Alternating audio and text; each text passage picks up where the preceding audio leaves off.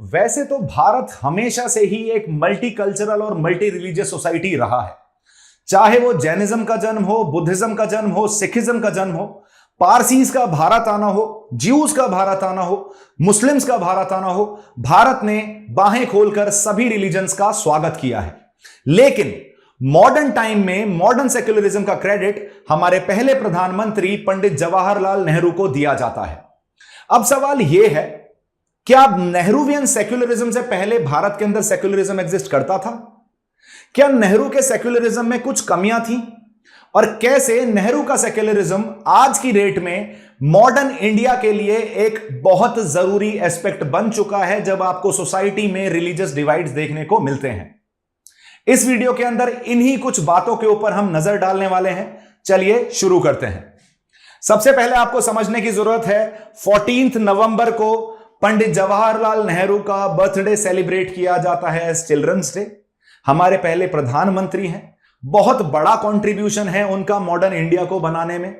उनके कंट्रीब्यूशन को कोई भी साइडलाइन या डिस्कार्ड नहीं कर सकता, चाहे आप नेहरूवियन सपोर्टर हो या फिर आप उनसे डिसएग्री करते हो या उनसे अगेंस्ट में हो। लेकिन उनके कंट्रीब्यूशन को इंपॉर्टेंस देना, रेस्पेक्ट देना हम सभी इंडियंस की रेस्पॉन्सिबिलिटी है, because he was our first prime minister of independent India, first prime minister of उस इंडिया का, उस भारत का पहला प्रधानमंत्री जिस भारत में आज हम रहते हुए दिखते हैं। हमें यह समझने की जरूरत है, जब ब्रिटिश राज खत्म हुआ तो भारत की सिचुएशन कुछ बहुत ज्यादा अच्छी नहीं थी। रिलीजियस घाव थे हमारे ऊपर, रिलीजियस वूंड थे हमारे ऊपर, क्योंकि धर्म के नाम पर भारत को, भारतीय सभ्यता को 3 हिस्सों में डिवाइड कर दिया गया था, जिसे भारत, पाकिस्तान और बांग्लादेश की तरह आज की डेट में देखा जा सकता है। ऐसे समय पर जब भारत एक रिलीजियस आइडेंटिटी के लिए, रिलीजियस पर्सपेक्टिव के लिए जूझ रहा था, तब नेहरूवियन सेक्युलरिज्म एक एंड ऑफ द टनल पे एक लाइट की होप की तरह दिखा, एक लाइट की तरह और एक होप की तरह दिखा। ऐसे में लेकिन नेहरू जी ने यह मेक श्योर किया कि क्यों सेक्युलरिज्म को स्पेसिफिकली आप किसी भी तरीके से संविधान या प्रियम्बल के अंदर ऐड नहीं करेंगे, क्योंकि उसका एक नुकसान अपीजमेंट पॉलिटिक्स भी हो सकती है। लेकिन उनकी खुद की बेटी ने 1976 में 42nd अमेंडमेंट के थ्रू प्रियम्बल के अंदर पहली बार भारतीय संविधान में सेक्युलरिज्म टर्म को स्पेसिफाई किया। अगर सेक्युलरिज्म टर्म को एज अ कंसेप्ट डिस्कस किया जाए तो एक्चुअली इसका फादर माना जाता है एक इटालियन थिंकर निकोलो मैकियावेली को, जिन्होंने रेनेसा पीरियड में पहली बार पॉलिटिक्स को रिलीजन से अलग करने की बात करी, कि जहां पॉलिटिकल पर्सपेक्टिव हैं, जहां स्टेट के पर्सपेक्टिव हैं, वहां रिलीजन इंटरफेयर नहीं करेगा, और जहां रिलीजियस मैटर्स चल रहे हैं वहां स्टेट इंटरफेयर नहीं करेगा। उसी से इंस्पिरेशन लेकर पूरी तरीके से आपको वेस्टर्न सेक्युलरिज्म देखने को मिलता है, और उसी से इंस्पायर्ड होता हुआ दिखता है हमें हमारा इंडियन सेक्युलरिज्म। अगर देखा जाए कि किस तरीके से नेहरू ने एक ऐसे समय पर, जब हमें एक ऐसे आइडिया की जरूरत थी, एक प्लूरलिस्टिक आइडिया की जरूरत थी जिसमें इंडिया की डाइवर्सिटी को समाया जा सके, कन्फाइन किया जा सके, ऐसे समय पर नेहरू ने एक अपना पॉलिसी अपनाई, सेक्युलरिज्म की पॉलिसी अपनाई, जो भारत के अंदर ऑलरेडी रिलीजियस डिवाइड दिख रहा था, उस फॉल्ट लाइन को और ना बढ़ने दिया जाए, भारत की डाइवर्सिटी को इकट्ठा कैसे रखा जा सके, सारे रिलीजियस इंटरेस्ट को कैसे मेंटेन किया जा सके, चाहे वो मेजॉरिटी हो चाहे वो माइनॉरिटी हो, कैसे हर किसी के पास अपने धर्म को फॉलो करने की आजादी मिली और मिलनी चाहिए थी। उसके लिए नेहरू जी ने क्या क्या किया, उस बारे में भी हम डिस्कस करते हैं। शुरू करते हैं नेहरू की जो सेक्युलरिज्म की पॉलिसी है। वैसे तो वो वेस्टर्न सेक्युलरिज्म से काफी ज्यादा इंस्पायर्ड है, बट आप ये नहीं कहेंगे कि भारत का सेक्युलरिज्म और वेस्टर्न सेक्युलरिज्म सेम है, दोनों में अंतर है। उसके कारण भी हम डिस्कस करेंगे। इन्होंने इक्वालिटी की बात करी, सब रिलीजन्स की इक्वालिटी की बात करी, जिससे ये मेक श्योर कर सकें कि सरकार का खुद का कोई रिलीजन नहीं होगा। जब हम आजाद हुए, जब हम एक नए देश बने, एक नई कंट्री थे, हम अपनी नेसेंट स्टेज में थे, हमें नहीं पता था कि हमारा फ्यूचर हमारे लिए क्या होल्ड कर रहा है। लेकिन उस समय हमें यह जरूर पता था कि जो डिवाइड अंग्रेज क्रिएट करके गए हैं, चाहे वो 1909 का सेपरेट इलेक्टोरेट्स हो, चाहे वो पाकिस्तान की डिमांड को एक्सेप्ट करना हो थ्रू माउंटबेटन प्लान, उसकी वजह से भारत के ऊपर एक बहुत बड़ा वूंड, बहुत बड़ा घाव छूटा है। इस वजह से भारत को यह मेक श्योर करना जरूरी है कि जितनी भी डाइवर्सिटी आज की डेट में एग्जिस्ट करती हुई दिखती है भारत में, स्पेसिफिकली रिलीजियस डाइवर्सिटी, उसको किस तरीके से मेंटेन किया जा सकता है, उसे किस तरीके से सस्टेन किया जा सकता है। इस वजह से नेहरू की जो सेक्युलरिज्म की पॉलिसी है उसमें आपको देखने को मिलता है कि सभी की इक्वालिटी की बात होती है, सारे रिलीजन्स की इक्वालिटी की बात होती है, और माना जाता है कि सरकार का खुद का कोई रिलीजन नहीं रहेगा। उन्होंने बोला रिलीजियस फ्रीडम एक one of the most important aspect रहेगा, इसे फंडामेंटल राइट की तरह ऐड किया गया in article 25 to 28 of Indian constitution under part 3, जिसमें नेशनल यूनिटी को प्रमोट करने में हेल्प किया जा सकता है। साथ ही साथ जितनी भी कम्युनल फोर्सेस थीं जो किसी पर्टिकुलर रिलीजियस आइडेंटिटी या रिलीजियस कम्युनिटी को रिप्रेजेंट कर रही थी, उनका अपोजिशन देखने को मिलता है नेहरू की सेक्युलरिज्म पॉलिसी में। क्योंकि अगर आप रिलीजियस पर्सपेक्टिव पे चलोगे तो जो बराबर का हक है, जो बराबरी का सम्मान है, वो शायद सबको देना पॉसिबल नहीं हो पाएगा, और जो डेमोक्रेटिक वैल्यूज हैं हमारी, उनको मेंटेन करना भी पॉसिबल नहीं हो पाएगा। और अभी तो हम केवल बिल्डिंग स्टेज में ही हैं। अगर शुरुआत ही गलत होती है, शुरुआत ही एक रिलीजियस डिवाइड पे होती है, तो आपको डेमोक्रेटिक वैल्यूज फ्यूचर में भी बिगड़ती हुई दिख सकती थी। इसलिए एक अच्छी शुरुआत के लिए नेहरू की ये एक इंक्लूसिव पॉलिसी बहुत ज्यादा फायदेमंद साबित हुई है, और भारत को एक मल्टी कल्चरल और मल्टी रिलीजियस पर्सपेक्टिव में सस्टेन करने में काफी ज्यादा हेल्प भी कर पाई है। इस इंक्लूसिव इंडिया के लिए नेहरू को रिस्पॉन्सिबल माना जा सकता है, जिसमें रिलीजन और पॉलिटिक्स को पूरी तरीके से अलग किया गया। इससे पहले कि हम आगे बढ़ें, मैं हल्का सा आपको डिफरेंस बताना चाहता हूं। देखो, जब हम वेस्टर्न सेक्युलरिज्म की बात करते हैं तो हम मान के चलते हैं कि जी वहां एक रिलीजन था, क्रिश्चियनिटी, हम उसे चर्च की तरह देखते हैं। इंडिविजुअल जो हम अपनी बात करते हैं सिटीजन्स, और स्टेट जो हम गवर्नमेंट की बात करते हैं। तो उसमें बोला गया कि इंडिविजुअल, चर्च और स्टेट एक दूसरे से बराबर दूरी पर है। मतलब स्टेट इंडिविजुअल के पर्सनल रिलीजियस मैटर्स में इंटरफेयर नहीं करेगा। एक इक्वी डिस्टेंस मॉडल अपनाया गया कि स्टेट और रिलीजन में, या सरकार और रिलीजन में एक बराबरी का डिस्टेंस रहेगा, दोनों एक दूसरे के काम में इंटरफेयर नहीं करेंगे। लेकिन जब हम भारतीय सेक्युलरिज्म की बात करते हैं तो हम इस इक्वी डिस्टेंट मॉडल को फॉलो नहीं करते, हम फॉलो करते हैं प्रिंसिपल्ड डिस्टेंस मॉडल को। रीजन बीइंग, जब उन्होंने सेक्युलरिज्म का कंसेप्ट दिया तो उनके पास जो दिक्कत थी वो थी केवल क्रिश्चियनिटी एज अ रिलीजन, जिसकी जो कंटिन्यूसली स्टेट अफेयर्स में इंटरफेयर कर रहा था, चर्च कंटिन्यूसली इंटरफेयर कर रहा था। तो उन्होंने बोला भाई चर्च और स्टेट के बीच में इक्वल डिस्टेंस रहेगा। लेकिन जब हम भारत की बात करते हैं, हमारे भारत की बात करते हैं, जो कि एक मल्टी रिलीजियस सोसाइटी है, यहां मेजोरिटी भी एग्जिस्ट करती हैं और माइनॉरिटी भी एग्जिस्ट करती हैं। ऐसे में अगर सरकार अपने आप को पूरी तरीके से रिलीजन से दूर कर लेती तो देयर वर हाई चांसेस कि मेजोरिटी द्वारा माइनॉरिटी को एक्सप्लॉइट किया जा सकता था। मुस्लिम कम्युनिटी को, क्रिश्चियन कम्युनिटी को, जैन कम्युनिटी को, बुद्ध कम्युनिटी को, सिख कम्युनिटी को, पारसीज को, ज्यूज को, इतनी सारी माइनॉरिटीज जो हैं उनके राइट्स को सेफगार्ड करना डिफिकल्ट हो सकता था अगर सरकार का बिल्कुल भी इंटरफेरेंस नहीं होता रिलीजियस मैटर्स के अंदर। इसलिए हमने इक्वी डिस्टेंस पॉलिसी ना अपनाकर प्रिंसिपल्ड डिस्टेंस पॉलिसी अपनाई कि माइनॉरिटीज को स्पेशल सेफगार्ड्स प्रोवाइड किए जाएंगे इस सेक्युलर देश के अंदर, जिससे उनके इंटरेस्ट को अचीव किया जा सके।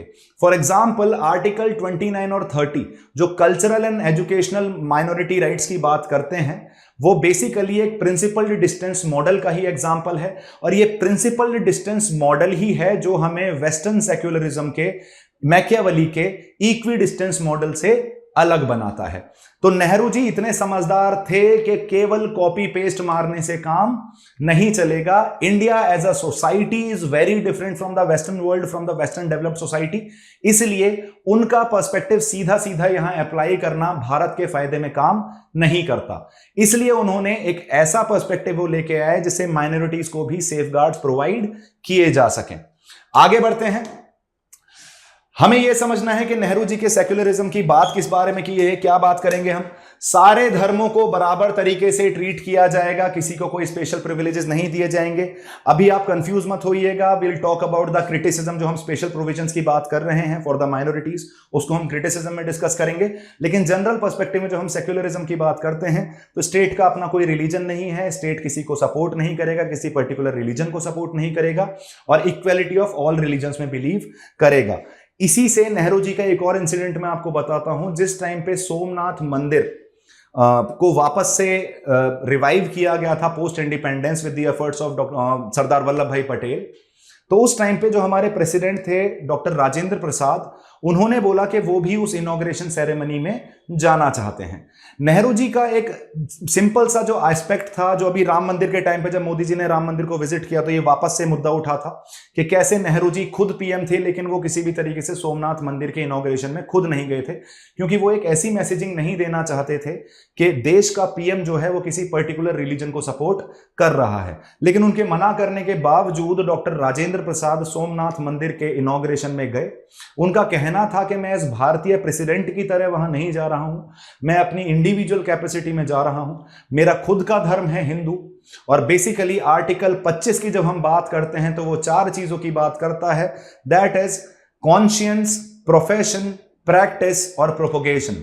तो उस प्रोफेशन में जो बात करते हैं तो डॉक्टर राजेंद्र प्रसाद को भी इंडिविजुअल राइट थी कि वो अपने धर्म को फॉलो करें, लेकिन पंडित जवाहरलाल नेहरू ने अपनी इंडिविजुअल राइट से ऊपर अपनी नेशनल ड्यूटी को रखा, अपनी सेक्युलर ड्यूटी को रखा और वो सोमनाथ मंदिर के इनॉग्रेशन में नहीं गए थे। इसी वजह से शायद नरेंद्र मोदी जी को भी काफी ज्यादा क्रिटिसाइज किया गया था जब वो राम मंदिर के इनॉग्रेशन में जाते हुए दिखते हैं, क्योंकि वो जो न्यूट्रलिटी ऑफ द स्टेट का कंसेप्ट है कहीं ना कहीं उससे इंपैक्ट होता हुआ वो दिखता है। नेहरू जी की पॉलिसी ने इंश्योर किया कि किसी भी रिलीजन को प्रेफरेंशियल ट्रीटमेंट नहीं दिया जाए, स्पेशली मेजोरिटी रिलीजन को। वो ऑलरेडी मेजोरिटी में है, उन्हें स्पेशल ट्रीटमेंट नहीं दिया जाएगा। और स्टेट जो है वो रिलीजियस मैटर्स में हमेशा न्यूट्रल बना रहे, जिसका एग्जांपल आप सोमनाथ मंदिर के तौर पर देख सकते हो। अगर हम रिलीजियस फ्रीडम की बात करें तो जैसा भी मैंने आपसे बोला, आर्टिकल 25 से 28 जो है हमारे कॉन्स्टिट्यूशन के, वो फ्रीडम ऑफ रिलीजन की बात करते हैं। सबसे ये नेहरू के विजन ही थे, ये उनकी गारंटी थी रिलीजियस फ्रीडम की टू ऑल द सिटीजन्स, कि जो अपने सेक्युलरिज्म के कंसेप्ट के थ्रू वो माइनॉरिटी को भी बोल के गए हैं कि आप अपने धर्म को फ्रीली, रेस्पॉन्सिबली प्रोपोगेट कर सकते हो, प्रैक्टिस कर सकते हो। और सर्टेनली आज भारत एक मल्टी रिलीजियस सोसाइटी दिखता है तो उसके लिए नेहरू जी का भी कंट्रीब्यूशन सर्टेनली माना जा सकता है, उनको भी धन्यवाद देने की जरूरत है। नेशनल यूनिटी को प्रमोट करने में काफी हद तक सेक्युलरिज्म ने काम किया।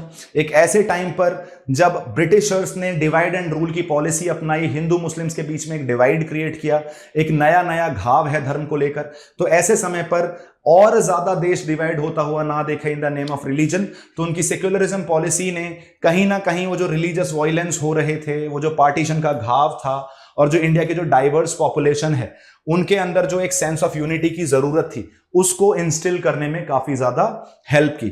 स्टेट न्यूट्रलिटी की मैं ऑलरेडी बात कर चुका हूं। स्टेट का कोई रिलीजन नहीं होगा, स्टेट एक न्यूट्रल पर्सपेक्टिव में काम करेगा, किसी भी तरीके से किसी रिलीजन को स्पेशल पर्सपेक्टिव या प्रिविलेजेस प्रोवाइड नहीं करेगा।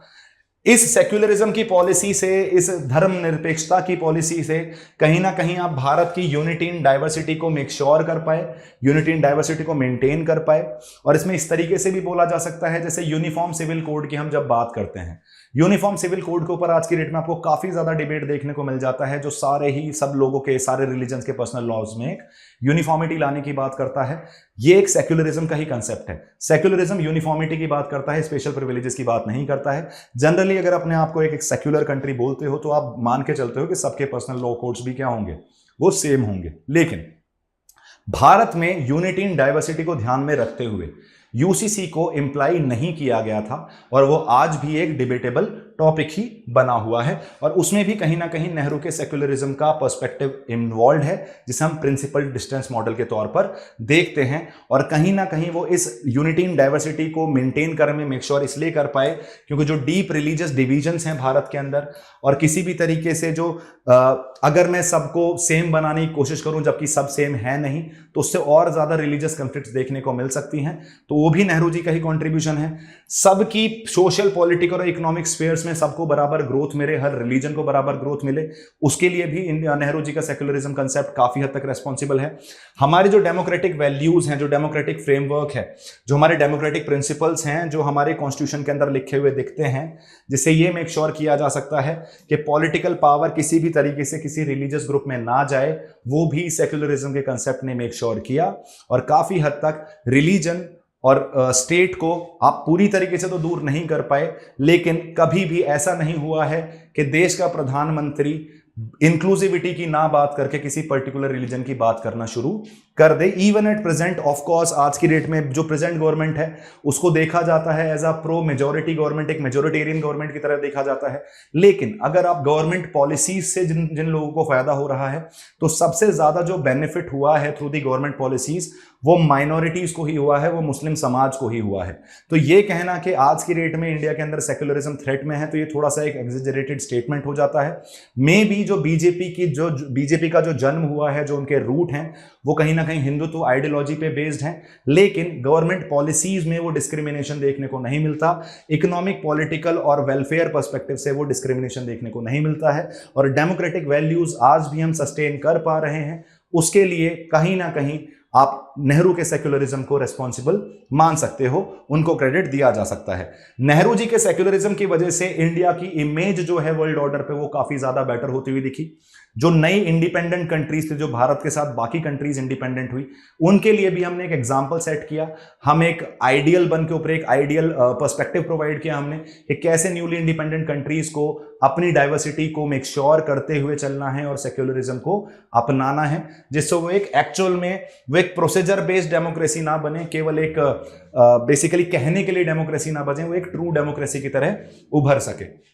अगर हम की क्रिटिसिज्म की बात की जाए, नेहरू जी के जो सेक्युलरिज्म है उसको काफी ज्यादा क्रिटिसाइज भी किया जाता है for the reason being favouring minorities. मैंने अभी आपसे बोला कि हमारा सेक्युलरिज्म वेस्टर्न सेक्युलरिज्म से अलग है, हम प्रिंसिपल डिस्टेंस मॉडल में चलते हैं, इसलिए कुछ स्पेशल प्रिविलेजेस प्रोवाइड की जाती हैं माइनॉरिटीज को, स्पेशली अंडर आर्टिकल 29 एंड 30, जिसे हम cultural and educational minority right बोलते हैं, जिसमें लिंग्विस्टिक माइनॉरिटीज और रिलीजियस माइनॉरिटीज दोनों को कंसिडर किया गया है। साथ ही साथ ये मेक श्योर किया गया है कि उनका कल्चर सस्टेन कर पाए, माइनॉरिटी अपने कल्चर को सस्टेन कर पाए, इसलिए उनके पास ये राइट भी है कि वो अपने खुद के इंस्टीट्यूशंस जो हैं उसे एस्टेब्लिश और एडमिनिस्टर कर सकते हैं, जैसे जिन्हें हम माइनॉरिटी स्टेटस इंस्टीट्यूशंस बोलते हैं, चाहे वो जामिया मिलिया इस्लामिया हो, चाहे वो अलीगढ़ मुस्लिम यूनिवर्सिटी हो। क्रिटिसाइज इस वजह से भी किया गया कि कहीं ना कहीं जो एफर्मेटिव एक्शंस लिए गए नेहरू जी की पॉलिसी में, ये जो फेवर किया गया माइनॉरिटीज को, ये किसके एक्सपेंस पे किया गया? ये एक्सपेंस पे किया गया हिंदू मेजोरिटी के, और उनकी वजह से हिंदूज कहीं ना कहीं आपको भारत के सेक्युलरिज्म के अंदर एलियनेटेड दिखते हैं। दूसरी चीज, ऐसा भी बोला जाता है कि नेहरू जी के सेक्युलरिज्म में हिंदू के जो कंसर्न्स थे उनको नेग्लेक्ट किया गया। द रीजन बीइंग कि जो हिंदूज के कल्चरल और रिलीजियस नीड्स हैं उनको पूरी तरीके से सेंटर में नहीं रखा गया। फॉर एग्जाम्पल, आज की डेट में जब हम बात करते हैं रिलीजियस इंस्टीट्यूशंस की, तो मस्जिद को चलाने का हक केवल मुस्लिम्स का है, चर्च को चलाने का हक, चर्च को एस्टेब्लिश और एडमिनिस्टर करने का हक केवल क्रिश्चियंस का है। लेकिन टेंपल्स के ऊपर सरकार का कंट्रोल है। टेंपल्स का सारा पैसा किसके पास जाता है? गवर्नमेंट के पास जाता है। तो ये सेक्युलरिज्म कहीं ना कहीं आपको बायस्ड और हिपोक्रेट दिखता है। दूसरी चीज, जब आप यूनिफॉर्म सिविल कोड की बात करते हैं तो आपने हिंदू कोड बिल तो आप 1954 में लेके आ गए, लेकिन आपने क्रिश्चियनिटी कोड को चेंज नहीं किया, आपने मुस्लिम कोड को चेंज नहीं किया कि उनकी सेंसिटिविटीज हर्ट हो जाएंगी, लेकिन आपने हिंदूज की जो सेंसिटिविटीज हैं उनके बारे में नहीं सोचा। और एक और चीज, एक तरफ आप बात कर रहे हो डाइवर्सिटी की, यूनिटी इन डाइवर्सिटी की, लेकिन आपने नाम उसे दिया हिंदू कोड बिल। उसके अंदर आपने सिख को भी इंक्लूड कर लिया, बुद्धिज्म को भी इंक्लूड कर लिया, जैन को भी इंक्लूड कर लिया, तो वो भी कहीं ना कहीं हिंदू कंसर्न्स और हिंदूज की सेंसिटिविटीज को हर्ट करता हुआ दिखता है कंसेप्ट। वो जो स्पेशल प्रिविलेजेस प्रोवाइड की जा रही है माइनॉरिटीज को, उसमें कहीं ना कहीं हिंदूज के इंटरेस्ट हर्ट होते हुए दिखते हैं, चाहे वो टेंपल कंट्रोल की बात हो, चाहे वो हिंदू कोड बिल की बात हो। Hindu code bill was the necessity, no doubt about it, but the problem is कि वो केवल हिंदू कोड बिल ही क्यों हुआ, वो मुस्लिम कोड बिल या फिर क्रिश्चियनिटी कोड बिल की तरफ फॉरवर्ड क्यों नहीं गए, और उसको उनके उन कम्युनिटीज के लिए भी आपने पर्सनल लॉ सेम क्यों नहीं किए। अब लोगों का कहना है कि इस्लाम के अंदर पर्सनल लॉ पे चलना उनकी जरूरत है, वो बेसिकली अगर पर्सनल लॉज फॉलो नहीं करेंगे तो वो अपने धर्म को प्रोटेक्ट नहीं कर पाएंगे, इसलिए वो बहुत ज्यादा आर्डेंटली आपको अपने पर्सनल लॉज के लिए सपोर्ट करते हुए भी दिखते हैं। बट प्रॉब्लम इज कि वो शरिया पे तो अभी भी नहीं चल रहे ना, अपने पर्सनल लॉज पे तो अभी भी नहीं चल रहे। 1938 के अंदर एक एक्ट आया जिसमें यह बोल दिया गया कि क्रिमिनल पर्सपेक्टिव में मुस्लिम पर्सनल लॉज अप्लाई नहीं होंगे, लेकिन सिविल पर्सपेक्टिव में मुस्लिम पर्सनल लॉज अप्लाई होंगे। तो ये तो ऐसी बात हो गई कि आपने अपनी कन्वीनियंस के हिसाब से पर्सनल लॉज को फॉलो किया, क्योंकि अगर क्रिमिनल लॉज के हिसाब से फॉलो किए जाते तो आपके चोरी पे हाथ काट दिए जाएंगे। आप उस चीज को एक्सेप्ट करने के लिए तैयार नहीं है, लेकिन जब यूनिफॉर्म सिविल कोड की बात आती है तो आपको लगता है कि this is discriminatory towards the Muslim religion because it will go against Quran. पर कुरान के अगेंस्ट तो आप ऐसे भी फंक्शन नहीं कर रहे ना क्रिमिनल पर्सपेक्टिव में। तो इस वजह से कहीं ना कहीं थोड़ा सा बायस देखने को मिल रहा है या हिपोक्रेसी जैसी फीलिंग आती है, एक बैलेंस्ड अप्रोच नहीं देखने को मिलती है। दूसरी चीज, नेहरू जी को क्रिटिसाइज किया गया उनकी वेस्टर्नाइज्ड अप्रोच के लिए। हम भारतीय हमेशा से ही एक टॉलरेंट सभ्यता रहे हैं। दुनिया के 7 मेजर रिलीजन्स में से 4 भारत के अंदर जन्मे हैं, Hinduism, Buddhism, Jainism, Sikhism. Other than that, जब भी किसी रिलीजन को जरूरत पड़ी तो हमने उन्हें एक्सेप्ट किया है। लेकिन प्रॉब्लम इज, आप भारतीय सभ्यता में रहकर भारतीय सभ्यता को ही क्रिटिसाइज नहीं कर सकते अनटिल अनलेस वो डिस्क्रिमिनेटरी ना हो। डिस्क्रिमिनेटरी एस्पेक्ट्स को आपको क्रिटिसाइज करना चाहिए और आगे भी करते रहना चाहिए, लेकिन just for the sake of your own civilisation you can not criticise everything that is Indian and you can not appreciate everything that is western.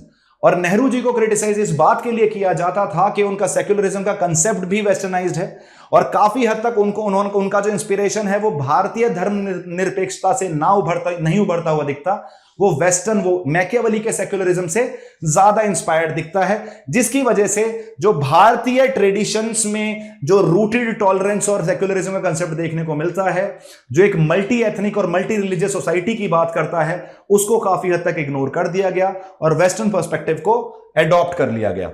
आगे बढ़ते हैं। इनको एक और क्रिटिसिज्म इसलिए देखने को मिलता है कि इन्होंने हिंदू आइडेंटिटी को डाइल्यूट कर दिया। कैसे डाइल्यूट कर दिया कि जो नेहरू का जो सेक्युलरिज्म था, उन्होंने इंडिया में जो हिंदुइज्म का रोल है, एक तो उसे नेगेटिवली दिखाया, दूसरी चीज इस सेक्युलरिज्म के कंसेप्ट से मेजॉरिटी होना ही एक गाली हो गया। मतलब अगर आप अपने हिंदू आइडेंटिटी को सामने रखते हो तो काफी हद तक उसे कम्युनलिज्म की तरह देखा जाने लगा, उसे मेजोरिटेरियनिज्म की तरह देखा जाने लगा।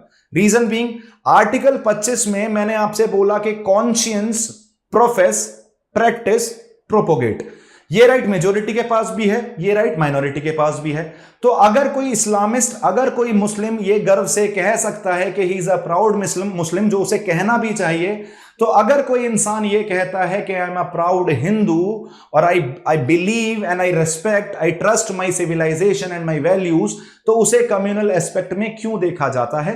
तो कहीं ना कहीं उसमें यह भी एस्पेक्ट है कि कहीं मेजोरिटी माइनॉरिटी को सप्रेस ना कर दे, और ये जो मेजोरिटेरियन ट्रेंड राइज कर रहा है, इससे हमारा सेक्युलरिज्म जो है, जो मल्टी रिलीजियस पर्सपेक्टिव है, वो हिलता हुआ ना दिखे। समझने की बात बस इतनी है कि सेक्युलरिज्म भारत में 1947 में मॉडर्न पर्सपेक्टिव में आया, लेकिन हम हमेशा से ही सेक्युलर रहे हैं। इतनी कमजोर नहीं है भारत की धर्मनिरपेक्षता कि किसी को अपने धर्म को फॉलो करने से उस पर थ्रेट आता हुआ दिख जाए।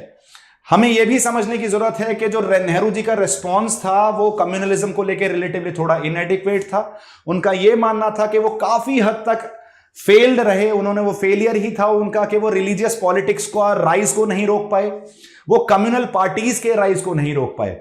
आज की डेट में भारत के अंदर जब चुनाव होते हैं, पहले ब्रिटिशर्स जब आइडेंटिटी पॉलिटिक्स करते थे, जब भारत को धर्म के नाम पर, जात के नाम पर, सदर्न इंडिया, नॉर्थ इंडिया के नाम पर जब वो बांटते थे, तो उनका मोटिव होता था कि भारत में किसी भी तरीके से कोई नेशनलिज्म की फीलिंग राइज ना करे। लेकिन आज की डेट में सेम लॉजिक के साथ आप अपने पॉलिटिकल कन्वीनियंस को बढ़ावा देते हैं, अपनी पॉलिटिक्स को चमकाते हैं। वो नेशनलिज्म राइज नहीं करने देना चाह रहे थे, आप अपनी पॉलिटिक्स को खत्म नहीं होने देना चाहते। इसलिए आज भी भारत के अंदर लोग धर्म के नाम पर, जाति के नाम पर, रिलीजन के नाम, बेसिकली रीजन के नाम पर वोट करते हुए दिख जाते हैं। तो वो कहीं ना कहीं नेहरू जी का फेलियर माना जाता है कि in despite of that secularism concept वो इन चीजों को बढ़ने से नहीं रोक पाए। रिलीजियस नेशनलिज्म आज के टाइम पर आपको देखने को मिलता है, जैसे हम बोलते हैं कि हिंदुत्व का राइज देखने को मिल रहा है। माना जा रहा है कि आज की डेट में मेजोरिटेरियनिज्म जो राइज हो रहा है, हिंदू अपने पर्सपेक्टिव्स को जब प्रेजेंट करने की बात करते हैं तो उसे एक थ्रेट की तरह देखा जाता है सेक्युलरिज्म के, जिसकी वजह से बोला जा सकता है कि रिलीजियस आइडेंटिटी के नाम पर आज की पॉलिटिक्स को बिगाड़ा जा रहा है, नेशनल यूनिटी को बिगाड़ा जा रहा है। तो हम ये भी बोल सकते हैं कि नेहरू जी का सोशलिज्म जो है, सेक्युलरिज्म जो है, वो पूरी तरीके से भारत को यूनाइट रखने में या फिर रिलीजियस पर्सपेक्टिव डिवाइड ना होने में सक्षम नहीं रहा है। भारतीय आज भी रिलीजन के नाम पर डिवाइडेड दिख जाते हैं। अगर रेलेवेंस देखी जाए कि नेहरू जी के कंटेम्प्रेरी इंडिया में रेलेवेंस क्या है उनकी, तो समझने की सबसे पहली जरूरत यह है कि जब हम equal rights of all citizens की बात करते हैं, जब हम बात करते हैं कि किसी का कोई भी रिलीजन हो, सब बराबर हैं, तो ये हमारे मॉडर्न इंडिया का जो सेक्युलर फ्रेमवर्क है उसकी फाउंडेशन है। इसके बिना भारत इतना ज्यादा मल्टी रिलीजियस पर्सपेक्टिव होते हुए भी फंक्शन नहीं कर सकता। दूसरी चीज, हमारा बिलीफ के किसी भी तरीके से स्टेट पॉलिसीज में रिलीजन का इन्फ्लुएंस नहीं होना चाहिए। यह सबसे इंपॉर्टेंट एस्पेक्ट है जो भारत को एक प्लूरलिस्टिक सोसाइटी की तरह सस्टेन करने में हेल्प करता है। अगर मैं किसी पर्टिकुलर रिलीजन को सपोर्ट करना शुरू कर दूं, जैसे फॉर एग्जांपल आज की डेट में इशू ये चल रहा है कि जितनी भी आपको एंशिएंट मॉन्यूमेंट्स देखने को मिलते हैं, चाहे वो बाबरी मस्जिद का केस हो, चाहे वो ज्ञानवापी का केस हो, चाहे वो ईदगाह मस्जिद का केस हो, तो उसमें सवाल यही उठता है कि ये सब पहले हिंदू मंदिर हुआ करते थे, इन्हें फिर मुस्लिम स्ट्रक्चर्स में कन्वर्ट कर दिया गया और एक large section of the society ये डिमांड करता है कि इनको वापस से रिवाइव किया जाए और इनकी ओरिजिनल फॉर्म में लाया जाए। लेकिन एक और सवाल है, एक और एस्पेक्ट एग्जिस्ट करता है जिसे हम बोलते हैं सब ऑल्टर्न क्लास ऑफ हिस्ट्री, जिसे हम बोलते हैं बुद्धिस्ट हिस्ट्री। वो ये बोलते हैं कि अगर मुस्लिम्स ने हिंदुइस्टिक स्ट्रक्चर्स को बर्बाद करके अपने स्ट्रक्चर बनाए, तो थोड़ा सा और एक्सकेवेशन करो, आपको बुद्धिस्ट साक्ष्य भी वहां मिल जाएंगे। मतलब बुद्धिज्म का यह मानना है कि हिंदूज ने उनके स्ट्रक्चर्स को खत्म करके अपने स्ट्रक्चर्स बनाए हैं। कहीं कहीं आपको इसके एविडेंसेस भी मिल जाते हैं, लेकिन मेजॉरिटी ऑफ द टाइम जब आप इन चीजों के बारे में देखते हैं तो ये अगेन एक प्रोपोगेंडा और एक एजेंडा ही नजर आता है भारतीय सोसाइटी को अलग अलग हिस्सों में डिवाइड करने के लिए। नेशनल यूनिटी को प्रिजर्व करने के लिए भी नेहरू जी का सोशलिज्म आज भी जरूरी है, जब तक टॉलरेंस नहीं होगी। जैसा आपने सुना होगा बहुत टाइम से इंटॉलरेंस वर्ड चल रहा है धर्म के नाम पर, कि हिंदूज जो हैं वो इंटॉलरेंट हो रहे हैं मुस्लिम्स के और मुस्लिम्स हो रहे हैं इंटॉलरेंट टुवर्ड्स हिंदूज।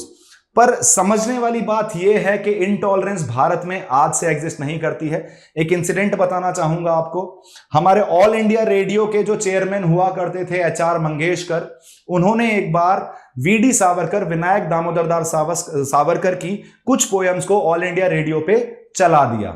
उसके बाद उन्हें ऑल इंडिया रेडियो की चेयरमैनशिप से हटा दिया गया, जबकि उसमें कोई डिविजनरी पर्सपेक्टिव नहीं था, वो जस्ट VD सावरकर की पोएम्स थी। तो ऐसा नहीं है कि हमेशा से ही मॉडर्न इंडिया में पोस्ट इंडिपेंडेंस सब कुछ टॉलरेंट ही रहा है, सब कुछ ठीक ही चला है। पॉलिटिक्स हमेशा सेंटर में रही है, सबने अपने पार्टी इंटरेस्ट को सेंटर में रखा है। लेकिन Nehru being the great parliamentarian, Nehru being the founding father of our democracy, certainly उनका जो एक धर्मनिरपेक्ष जो उनका सपना था भारत को लेकर कि सारे रिलीजन एक दूसरे की रिस्पेक्ट करें, और जो आज आपको झड़पें बढ़ती हुई दिखती हैं, जो कन्फ्लिक्ट हिंदूज और मुस्लिम्स में बढ़ती हुई दिखती हैं, उस वजह से नेशनल यूनिटी पे भी इंपैक्ट होता हुआ दिख सकता है। और नेहरू का सेक्युलरिज्म उस चीज का जवाब है कि कैसे हिंदूज, मुस्लिम्स और बाकी माइनॉरिटीज में आप एक यूनिटी और हार्मनी मेंटेन कर सकते हैं। कम्युनलिज्म को फाइट करने में काफी ज्यादा हेल्प हो सकती है। देखिए, communalism is also not a new concept.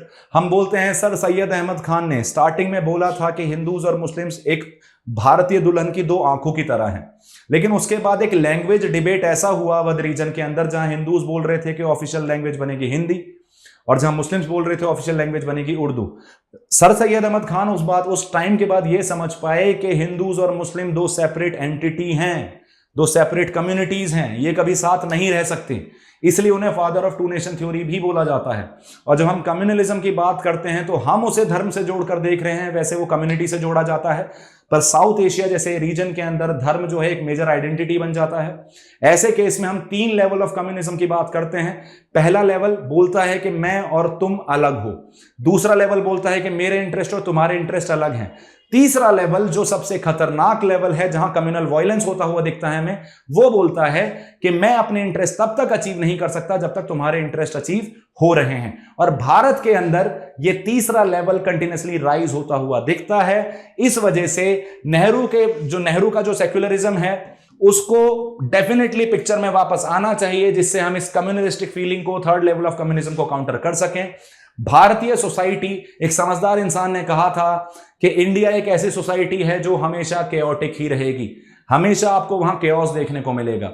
बस फर्क इतना है, या कोशिश इतनी रहनी चाहिए कि ये जो केओस है ये हमेशा मैनेजेबल केओस रहे, ये कभी भी नॉन मैनेजेबल या अनमैनेजेबल केओस की तरफ ना पहुंचे, क्योंकि जब तक मैनेजेबल रहेगा तब तक हम सस्टेन कर पाएंगे और अपनी डेमोक्रेटिक वैल्यूज पे भी रन करते हुए दिखेंगे।